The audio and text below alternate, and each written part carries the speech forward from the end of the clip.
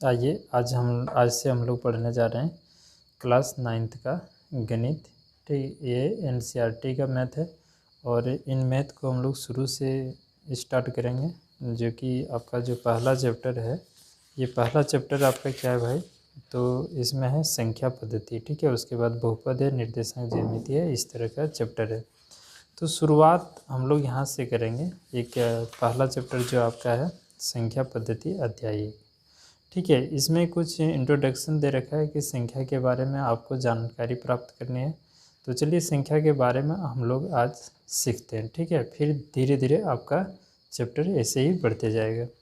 तो ये है क्लास 9th का एनसीईआरटी मैथ। ठीक है, आज चैप्टर 1 और चैप्टर का नाम है संख्या पद्धति, जिसको हम लोग कहते हैं क्या, नंबर सिस्टम। टॉपिक इसमें हम लोगों को क्या क्या पढ़ना है? तो संख्या की जानकारी पढ़ना है। कौन सी संख्या पढ़ना है? तो देखिए, प्राकृत संख्या जिसको नेचुरल नंबर कहते हैं, पूर्ण संख्या, होल नंबर, पूर्णांक संख्या, इंटीजर नंबर, है ना, सम संख्या पढ़ेंगे, विषम संख्या पढ़ेंगे, अभाज्य संख्या, इसी का दूसरा नाम है रूढ़ संख्या, और है क्या, भाज्य संख्या, जिसको हम लोग यौगिक संख्या कहते हैं, यानी कि कंपाउंड नंबर। सभाज्य संख्या के बारे में पढ़ेंगे, इसी का दूसरा नाम है असभाज्य संख्या, जिसको प्राइम नंबर कहेंगे। परिमेय संख्या, अपरिमेय संख्या, वास्तविक संख्या। ठीक है, यहीं तक है। अब यहाँ अवास्तविक संख्या और उसके बाद जो है ना, कुछ आपका जो काल्पनिक संख्या है, अवास्तविक को ही बोला जाता है, कॉम्प्लेक्स नंबर। इन थोड़ा ये सब के बारे में हमने जानकारी प्राप्त करनी है।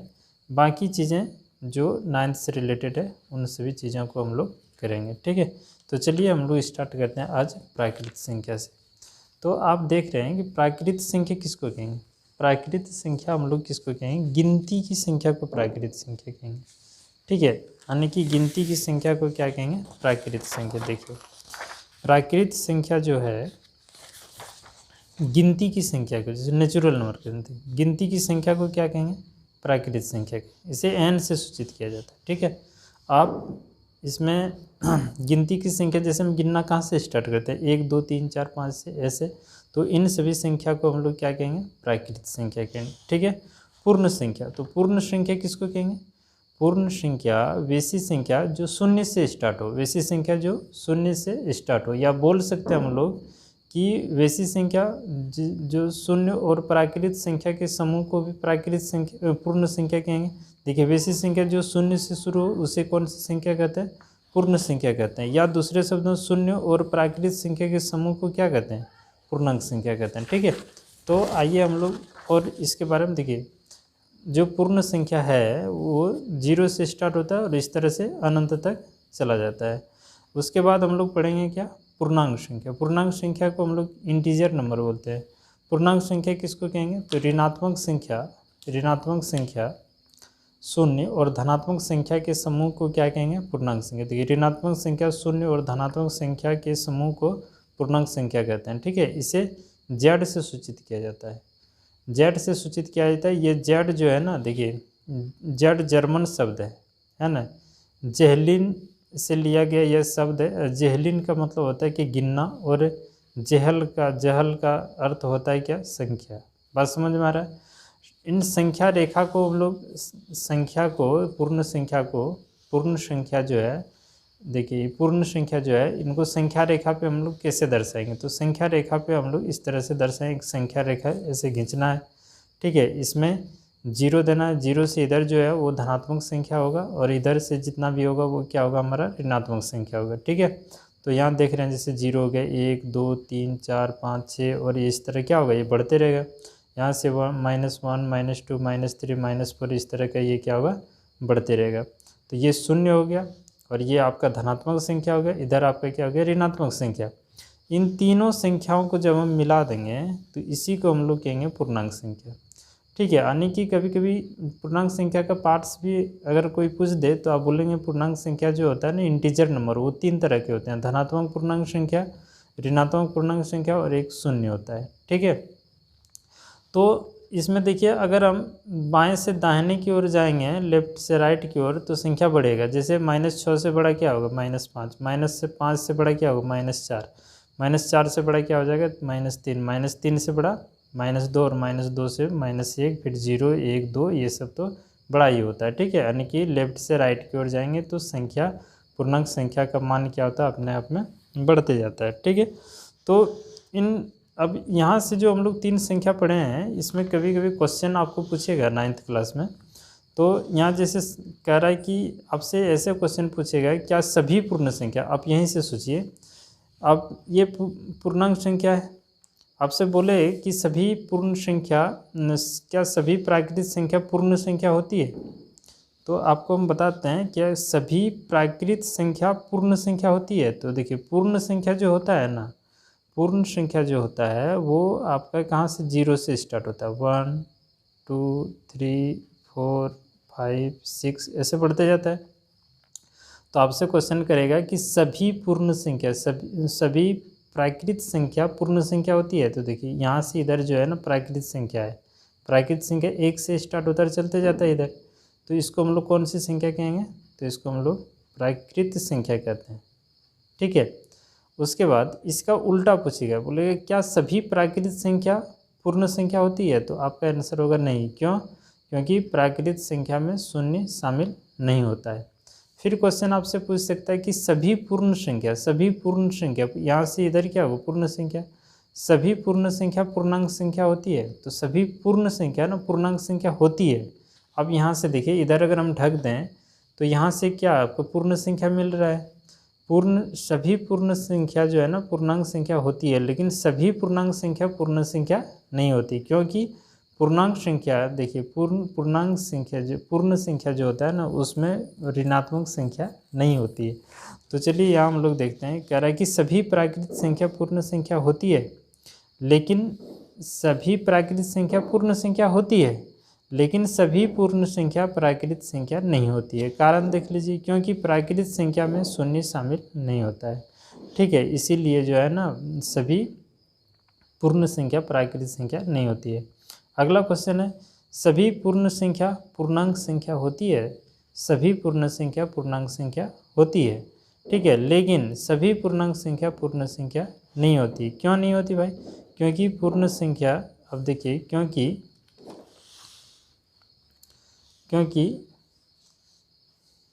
क्योंकि पूर्ण संख्या में ऋणात्मक संख्या शामिल नहीं होते हैं।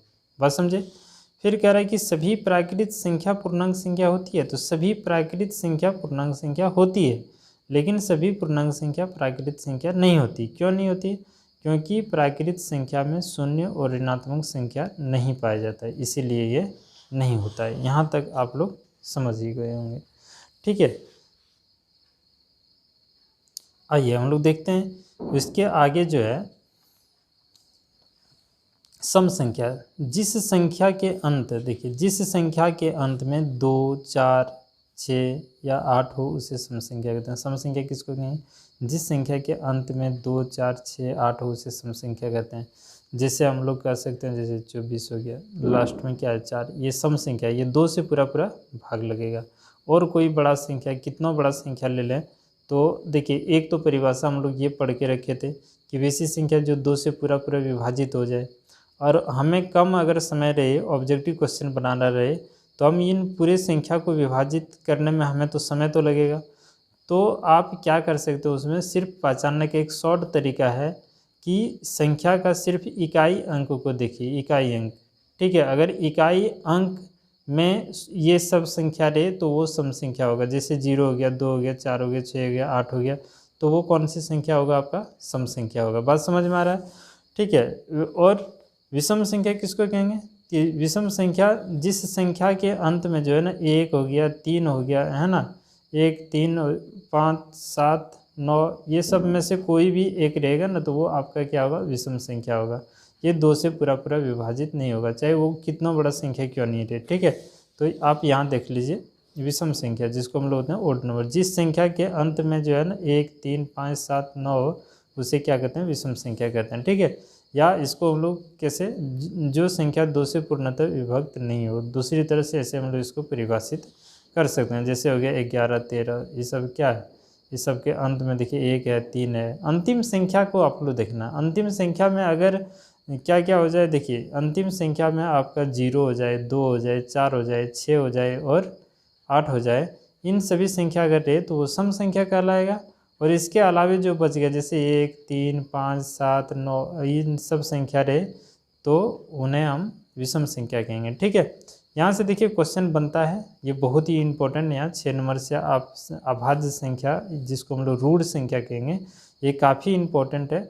और 9th में यहाँ से क्वेश्चन भी आता है। ठीक है, जैसे अभाज्य गुणनखंड वगैरह निकालने के लिए बोलेगा वो, तो आपको ये चीज़ समझना पड़ेगा। अभाज्य संख्या या रूढ़ संख्या जिसको हम लोग कहते हैं प्राइम नंबर। ठीक है, अभाज्य संख्या किसको कहेंगे, तो वैसी संख्या जो एक और स्वयं से विभाजित हो, एक और स्वयं से विभाजित हो। तो भैया आप एक चीज़ जानिए कि वैसी संख्या जो एक और स्वयं से विभाजित हो, तो ये परिभाषा आप बोल सकते हैं कि 100% सही नहीं है। क्यों नहीं है, क्योंकि अगर आप ये परिभाषा किसी को बोलते हैं, अगर आपसे कभी कोई पूछता है कि अभाज्य संख्या किसे कहते हैं और आप बोलेंगे वैसी संख्या जो एक और स्वयं से विभाजित हो, तब तो आपके अनुसार से आंसर जो है ना एक होना चाहिए अभाज्य संख्या। लेकिन क्या एक अभाज्य संख्या है, तो आप बोलेंगे एक अभाज्य संख्या नहीं है। तो इसका जो स्टैंडर्ड फॉर्म है आप उसको जानिए, कह रहा है कि जिस संख्या का केवल 2 गुणनखंड हो, जिस संख्या का केवल 2 गुणनखंड हो, 2 गुणनखंड से न कम होना चाहिए और ना ही अधिक होना चाहिए, उसे हम लोग कौन सी संख्या कहेंगे, अभाज्य संख्या। तो एक जो है ना, एक में कोई 2 गुणनखंड है नहीं, एक का केवल एक ही गुणनखंड है, एक कोई और संख्या से भी ये कटना चाहिए। देखिए अभाज्य संख्या काफ़ी इम्पोर्टेंट है, आप इसको नोट कर लीजिएगा बढ़िया से। और ये है ना वैसी संख्या जो एक और स्वयं से विभाजित हो, ये परिभाषा आप 100% सटीक नहीं बोल सकते हैं। क्यों, अगर ये परिभाषा आप किसी को बोलते हैं तो आपसे फिर क्वेश्चन किया जाएगा, तो बताइए कि एक जो है ना कौन सी संख्या है, तो एक जो है अभाज्य संख्या नहीं है। ठीक है, लेकिन इस परिभाषा के अनुसार ये तो होना चाहिए, क्योंकि एक अपने आप है और एक से तो कट ही रहा है और अपने आप से भी कट रहा है। ठीक है, स्वयं से कट रहा है। तो इसका दूसरा परिभाषा क्या कहता है कि जिस संख्या का केवल 2 गुणनखंड हो, जिस संख्या का क्या हो, केवल 2 गुणनखंड हो, मतलब केवल 2 गुणनखंड हो, एक तो एक से कटेगा है, एक के अलावे भी किसी संख्या से कटना चाहिए। तो एक के पास ऐसा कोई संख्या है जो एक के अलावे भी किसी और से कटे, नहीं, इसीलिए एक जो है ना अभाज्य संख्या नहीं है, एक जो है अभाज्य संख्या नहीं है। तो 2 क्या है, अभाज्य संख्या, एक से भी कटता है और ये 2 से भी कटता है।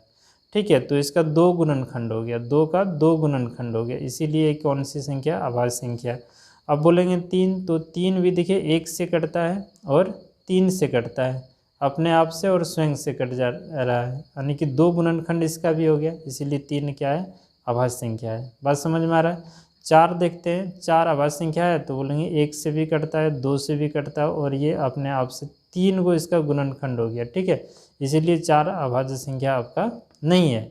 तो इस तरह का संख्या आप ध्यान में रखेंगे, अभाज्य संख्या। तो आइए हम लोग देखते हैं। ठीक है, तो यहाँ डेफिनेशन में कहता है जिस संख्या का केवल 2 गुणनखंड हो उसे अभाज्य संख्या या रूढ़ संख्या कहा जाता है। जैसे 2 हो गया, 3, 5, 7, 11, 13 ऐसे बढ़ते जाता है। ठीक है, जो याद रखिएगा केवल 2 ही गुणनखंड हो, 2 से अधिक अगर गुणनखंड होगा तो वो अभाज्य संख्या आपका नहीं होगा। ठीक है, और 2 से कम भी नहीं होने चाहिए। जैसे अभी बताया क्या, ये एक अभाज्य संख्या नहीं है, कारण क्या है, क्योंकि इसमें केवल एक ही गुणनखंड है। 2 अभाज्य संख्या है क्योंकि इसमें 2 गुणनखंड है कि नहीं। तो 3 अभाज्य संख्या है क्योंकि इसमें गुणनखंड 2 है। 4 अभाज्य संख्या नहीं है क्योंकि 2 से अधिक गुणनखंड हो रहा है। परिभाषा हमारा क्या कह रहा है कि केवल 2 गुणनखंड होना चाहिए, ना उससे कम होनी चाहिए और ना उससे अधिक होनी चाहिए। ठीक है, अब यहाँ देखिए, तो इसमें जानिए 2 ही एक ऐसा संख्या है जो सम संख्या भी है और अभाज्य संख्या है, और बाकी इधर आप कितना आगे बढ़ जाइए आपको दोबारा सम संख्या मिलने वाला नहीं है। तो क्वेश्चन कभी कभी पूछता है कि वह कौन सी संख्या है जो सम संख्या भी है और अभाज्य संख्या है, तो आपका आंसर क्या होना चाहिए कि 2 एक ऐसा संख्या है जो सम संख्या भी है और क्या है, अभाज्य संख्या है। ठीक है, तो आइए हम लोग देखते हैं अगला संख्या क्या है, भाज्य संख्या। भाज्य संख्या को हम लोग दूसरे नाम से जानते हैं यौगिक संख्या, जिसको हम लोग कंपाउंड नंबर बोलते हैं। भाज्य संख्या आप ऐसे समझिए, भाज्य संख्या वैसी संख्या जिसका 2 से अधिक गुणनखंड हो, वैसी संख्या जिसका 2 से अधिक गुणनखंड। भाज्य संख्या किसको कहेंगे, वैसी संख्या जिसका 2 से अधिक गुणनखंड हो। क्या होगा, वैसी संख्या जिसका 2 से अधिक गुणनखंड हो। आप यहाँ इसको समझते हैं, जैसे 1 एक तो अभाज्य संख्या नहीं है, तो ये भाज्य संख्या भी नहीं होगा। क्यों नहीं होगा? क्योंकि इसका परिभाषा कह रहा है कि 2 से अधिक गुणनखंड हो। इसमें तो एक ही इसका गुणनखंड है 2, तो 2 में केवल 2 गुणनखंड है, ये तो भाज्य संख्या है। अभाज्य संख्या का परिभाषा कहता है कि 2 से अधिक गुणनखंड होना चाहिए। 3 भी नहीं होगा तो 4 होगा। क्यों? क्योंकि यहाँ देखिए 1 से भी कटता है, 2 से भी कटता है और अपने आप 4 से भी कटता है। तो इसका क्या हो गया? 2 से अधिक गुणनखंड हो गया 3 को। 2 से अधिक जितना गुणनखंड हो सकता है सब आपका सबका सब क्या होगा? भाज्य संख्या होगा। तो भाज्य संख्या का उदाहरण हो गया 4 हो गया, 6 हो गया, 8 हो गया, 9 हो गया। इस तरह का जो भी संख्या आएगा ये सबको हम लोग क्या कहेंगे? भाज्य संख्या कहेंगे, कंपाउंड नंबर कहेंगे। ठीक है, जिस संख्या का 2 से अधिक गुणनखंड हो, है ना, उसे हम लोग क्या कहेंगे? भाज्य संख्या। जैसे 4, 6, 8, 9 ये सब क्या है? भाज्य संख्या है। बात समझ में आ रहा है? 4 सबसे छोटी भाज्य संख्या है। भाज्य संख्या 4 से स्टार्ट होता है और अभाज्य संख्या 2 से स्टार्ट होता है। बात समझ में आ रहा है? अगला देखिए, सभाज्य संख्या। ये सब बहुत इंपॉर्टेंट क्वेश्चन है, याद रखिए। सभाज्य संख्या या असभाज्य संख्या। ठीक है, सभाज्य संख्या या असहभाज्य संख्या, जिसको को प्राइम नंबर कहते हैं। ठीक है, अब सुनिए, सअभाज्य संख्या किसको कहेंगे? वैसी संख्या, वैसी दो संख्या जिसका महत्तम समावर्तक कितना हो? वैसी दो संख्या जिसका महत्तम समावर्तक 1 हो। वैसी दो संख्या जिसका HCF क्या हो? 1 हो। वैसी संख्या जिसका HCF 1 हो। वैसी दो संख्या जिसका HCF कितना हो? 1 हो। बात समझे? देखिए, वैसी दो संख्याएं जिसका महत्तम समावर्तक है HCF केवल 1 हो, उसे हम लोग क्या कहेंगे? सअभाज्य संख्या कहेंगे। बात समझ में आ रहा है? जैसे 3 और 2 और 5, 2 और 3 क्या है? इन दोनों के बीच का HCF क्या निकलेगा? 1 निकलेगा। 4, 5 HCF क्या आएगा? 1। 8, 9 HCF क्या आएगा? 1। तो इन संख्याओं को हम लोग कौन सी संख्या कहेंगे? सअभाज्य संख्या, को प्राइम नंबर। ये बड़ी इम्पोर्टेंट है। इनमें से आप याद रखिएगा, सबसे ज़्यादा जो महत्वपूर्ण है वो अभाज्य संख्या, भाज्य संख्या, सभाज्य संख्या, परिमेय संख्या, अपरिमेय संख्या, इन सभी। ठीक है, तो अब देखते हैं हम लोग अगला संख्या के बारे में। तो आइए हम लोग पढ़ते हैं परिमेय संख्या, जिसको रेशनल नंबर्स कहते हैं। परिमेय संख्या किसे कहेंगे? कि वैसी संख्या जिसे P/Q के रूप में व्यक्त किया जाता है। वैसी संख्या मतलब जिस संख्या को P/Q के रूप में व्यक्त किया जाता है और Q ≠ 0 हो। कहने का मतलब ये है कि वैसी संख्या जिसको हम लोग P/Q के रूप में व्यक्त करेंगे और Q 0 नहीं होनी चाहिए। कहने का मतलब हो गया 1, 2, 3, 4, 5, 6, ये सब क्या है? आपका सब परिमेय संख्या है। ठीक है, अब इसमें बोलेंगे P/Q, तो सबके नीचे देखिए 1, 0 नहीं होना चाहिए। 1 है, सबके नीचे क्या है? 1 है। 0 भी परिमेय संख्या है, क्योंकि 0/1 लिख सकते हैं। कुछ और भी लिख सकते हैं, जैसे 1/2 लिख सकते हैं, 3/4 भी लिख सकते हैं। तो इस तरह का कोई भी संख्या रहे जो P/Q के रूप में व्यक्त जिसको हम कर सकते हैं, उसे क्या कहेंगे हम लोग? परिमेय संख्या। ये P का मान हो गया और नीचे वाला क्या हो गया? Q का मान हो गया। बात समझे? तो जैसे 0 क्या है? परिमेय संख्या। क्यों? क्योंकि 0/1 लिख सकते हैं, 0/2 लिख सकते हैं, 0/3 लिख सकते हैं, इस तरह लिख ही सकते हैं। ठीक है, तो ये सब क्या आपका है? परिमेय संख्या है। ठीक है, इसको और हम लोग गहराई से जब चैप्टर स्टार्ट करेंगे उसमें भी पढ़ेंगे, पहले आप लोग देखिए। ठीक है, और जिस संख्या को P/Q के रूप में व्यक्त किया जाता हो, है ना, और Q ≠ 0, उसे क्या कहते हैं हम लोग? परिमेय संख्या। जैसे 0 + -1 यानी कि परिमेय संख्या ऋणात्मक धनात्मक कुछ भी हो सकता है, +-1 है, +-2, +-3, इस तरह बटे में भी रहेगा। ऐसे जैसे यहाँ है क्या? 22/7। ठीक है, अब √4 भी रहे तो वो भी परिमेय संख्या है। क्यों? क्योंकि √4 का वर्गमूल आपका निकलता है 2, तो ये आपका कौन सी संख्या हो गया? परिमेय संख्या हो गया। अब इसी में देखना, परिमेय संख्या का जो दशमलव प्रसार होता है वो 2 तरह का होता है। परिमेय संख्या का जो दशमलव, यहाँ समझिए, परिमेय संख्या का जो दशमलव प्रसार जो होता है वो 2 तरह के होते हैं। एक होता है शांत दशमलव प्रसार और दूसरा होता है अशांत दशमलव प्रसार। शांत दशमलव प्रसार किसको कहेंगे? कि अगर जैसे 1/2 इसको भाग देंगे तो 0.5 आएगा। है ना, शांत, इसको बोलेंगे शांत दशमलव प्रसार। इसका मतलब हर, ये होगा हर, और ऊपर वाला क्या हो गया, अंश। हर से अगर अंश में भाग देते हैं, ठीक है, और भाग देने के बाद एक ऐसा कंडीशन आए कि शेषफल 0 हो जाए तो उसका दशमलव प्रसार शांत कहलाता है। जैसे भाग नहीं जाएगा यहाँ, तो यहाँ भाग तो नहीं जा रहा था तो 0 बिठाए, फिर पॉइंट के बाद एक 0 आया तो 5 दूना 10 आ गया। देखिए शेषफल आ गया क्या आपका 0। तो जब शेषफल 0 आ गया तो दशमलव प्रसार क्या आ गया, शांत, ये आगे नहीं बढ़ेगा। इसमें क्या होगा 1/3, इसका दशमलव प्रसार अशांत होगा। ये 3 3 3 3 जो है ना आते रहेगा। जैसे 3 से 1 में अगर हम भाग दें तो भाग तो लगेगा नहीं, यहाँ फिर 3 तिया 9, 1 हुआ, फिर पॉइंट के बाद यहाँ फिर 3 तिया 9, फिर क्या, ये 1 कभी आपका ख़त्म होने वाला नहीं है। तो इसको हम लोग दशमलव प्रसार क्या कहेंगे, अशांत कहेंगे। तो जैसे जैसे हम लोग चैप्टर में आगे बढ़ते चलेंगे, परिमेय संख्या के बारे में एक बार आपको फिर से रिवाइज करा देंगे इसी में। फिर भी आप समझ लीजिए कि आप अभी तो देखें ना इस परिमेय संख्या की किसको कहेंगे, जिसको P/Q के रूप में हम लोग व्यक्त कर सकते हैं, ठीक है। और Q 0 नहीं होना चाहिए, मतलब नीचे जो हर होगा ना वो 0 आपका नहीं होना चाहिए। दशमलव प्रसार, जो परिमेय संख्या का दशमलव प्रसार 2 तरह के होते हैं, एक शांत होते हैं और दूसरा क्या होते हैं, अशांत होते हैं। जो शांत होता है शेषफल मतलब 0 आ गया, समझ लीजिए दशमलव प्रसार शांत होगा। और जिसका शेषफल कभी होगा ही नहीं 0, तो वो उनका दशमलव प्रसार क्या होगा, अशांत होगा, ठीक है। क्या होगा, अशांत होगा। तो इसको हम लोग क्या कहेंगे, परिमेय संख्या कहेंगे, ठीक है। आइए देखते हैं वैसी संख्या जिसका दशमलव प्रसार क्या हो, शांत हो। वैसी संख्या जिसका दशमलव प्रसार शांत हो, ठीक है, जिसको हम लोग कहते हैं टर्मिनेटिंग डेसिमल एक्सपेंशन, ठीक है, हो। या फिर अशांत अनावर्ती दशमलव प्रसार हो।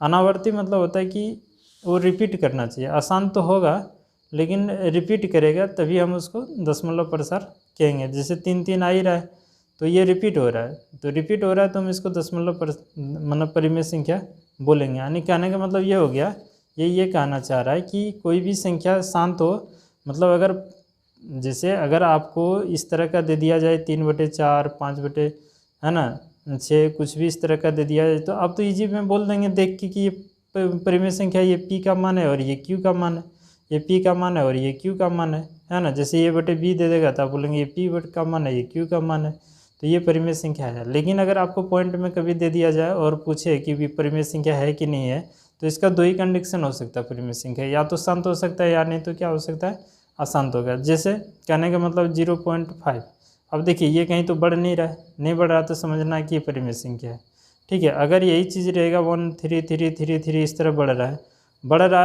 तो ये परिमेय संख्या है। क्यों, क्योंकि ये बढ़ रहा है लेकिन रिपीट भी कर रहा है, रिपीट भी होनी चाहिए, ठीक है। परिमेय संख्या रिपीट भी होनी चाहिए, लेकिन यही ऐसे रहे कुछ भी जो मन सो आ रहा है, मतलब इसका कोई रिपीटेशन नहीं है, तो जब रिपीट नहीं हो रहा तो ये आपका अपरिमेय संख्या हो रहा है। अगर रिपीट हो रहा है तो परिमेय संख्या। देखिए परिमेय संख्या 2 ही चीज़ संभव हो सकता है, दशमलव प्रसार शांत, नहीं तो अशांत। अशांत जो होगा वो रिपीट करेगा, जो अशांत होगा वो क्या करेगा, रिपीट करेगा, वो रिपीट करेगा। बात समझे, जो अशांत होगा उसका दशमलव प्रसार क्या होगा, रिपीट करेगा। याद रखिएगा, जो अशांत होगा उसका दशमलव प्रसार क्या होगा, रिपीट करेगा, ठीक है। तो आप यहाँ देखिए एग्जाम्पल में आपको सेम वही चीज़ दिया हुआ है, ठीक है, जो अभी आपको समझाए।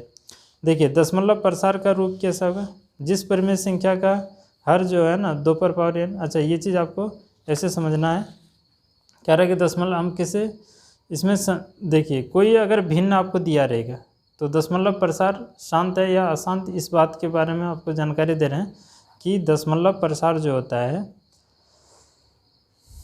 जैसे आपको यहाँ 7/8 दे दिया जाए, अभी हम इसको मतलब बिना भाग दिए कैसे समझेंगे कि इसका दशमलव प्रसार शांत है या अशांत है। भाग दे के तो अगर पता करें तो पता चल ही जाएगा कि दशमलव प्रसार शांत है या अशांत है। अगर भाग देने के बाद शेषफल 0 आ जाए तो दशमलव प्रसार आपका शांत हो जाएगा, ठीक है।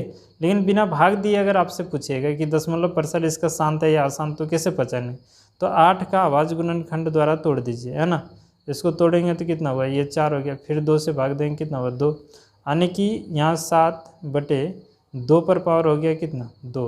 यानी कहने का मतलब ये हुआ कि जब भी P परिमेय संख्या P/Q के रूप में लिखते हैं ना, तो Q का जो मान आएगा ना, ये Q का जो मान आएगा ये 3 कंडीशन में आना चाहिए। कौन कौन सा? P का मान 2 पर पावर n आ जाए, 5 पर पावर m आ जाए, या नहीं तो 2 पर पावर n गुने 5 पर पावर m आ जाए। ये 3 रूप में अगर Q का मान आ गया तो दशमलव प्रसार इसका क्या हो जाएगा? इसका दशमलव प्रसार शांत होगा। दशमलव प्रसार क्या होगा? शांत होगा। ठीक है, दशमलव प्रसार क्या होगा? शांत। यानी 2 पर n m n क्या है? तो m n जो है ना, m n जो है ये कोई भी नंबर हो सकता है, 0 1 2 3 ऐसे। ठीक है, पर मतलब पूर्ण संख्या में हो सकता है। तो सुनिएगा, दशमलव प्रसार शांत अगर होगा तो बिना भाग दिए हम लोग कैसे उसको चेक करेंगे? तो देखेंगे उसका जो हर है ना, हर नीचे हर जो है वो 2 पर पावर n, 5 पर पावर n, या नहीं तो 2 पर पावर n या 5 पर पावर m के रूप में होना चाहिए। अगर इस रूप में होगा तो दशमलव प्रसार उसका क्या होगा? शांत होगा, अन्यथा वो क्या हो जाएगा? आपका अशांत होगा। बात समझ में आ रहा है? तो आज जो है ना सिर्फ हम परिमेय संख्या के बारे में पढ़ेंगे। कल फिर हम इसके बाद अपरिमेय संख्या के बारे में पढ़ेंगे, फिर एक्सरसाइज पढ़ेंगे। ठीक है, तो आज इतना ही।